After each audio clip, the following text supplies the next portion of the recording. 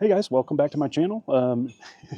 If you notice a little pep in my step here tonight, well, how about some good news, right? How about some good news on the recreational weed front?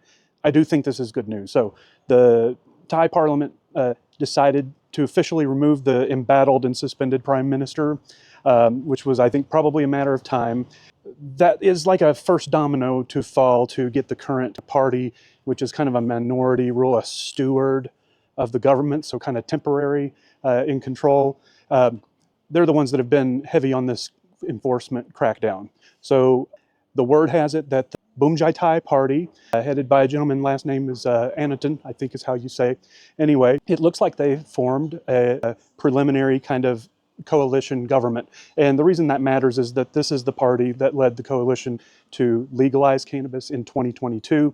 And then this year, 2025, when that coalition fell apart due to something kind of unrelated, then this party that's in, kind of control right now issued a decree to kind of really roll things back, to medical weed. So just creating a bunch of havoc, a lot of uncertainty, closed down some places, arrested some folks. Some of this stuff should have maybe happened anyway. So if this party comes back into power here in the next few months, then you can expect things to kind of, I wouldn't even say go back all the way that they were. That government kind of didn't regulate the market, appropriately, probably, is what most Thai people would tell you. So even Thai people who were in favor of, recreational legalization, maybe they felt like the laws that were on the books should have been enforced a little better to maybe keep the smell off the streets, keep it out of the hands of kids, make sure that the market is kind of regulated instead of just kind of willy-nilly, honestly, like no holds barred, right? So, so some of this rollback, I think, is going to kind of stick in the future.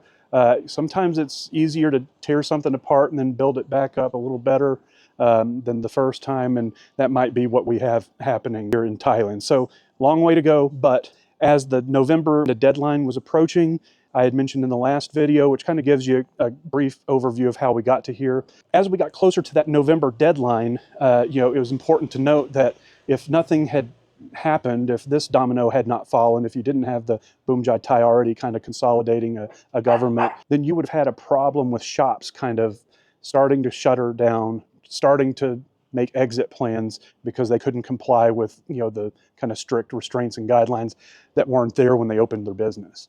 Well, maybe you don't have to worry about that. As if this gains steam, then you're going to see more and more places ignore kind of they're going to ignore whatever's not enforced, right? So unless the current party kind of wants to be maybe a dick about it and just enforce and ramp up that enforcement, try to close as many businesses as possible before a ruling government takes over, that would be a disaster, right? This could come back stronger and more responsible. Nobody wants to see it in the hands of kids. Nobody wants to see it smuggled out of the country.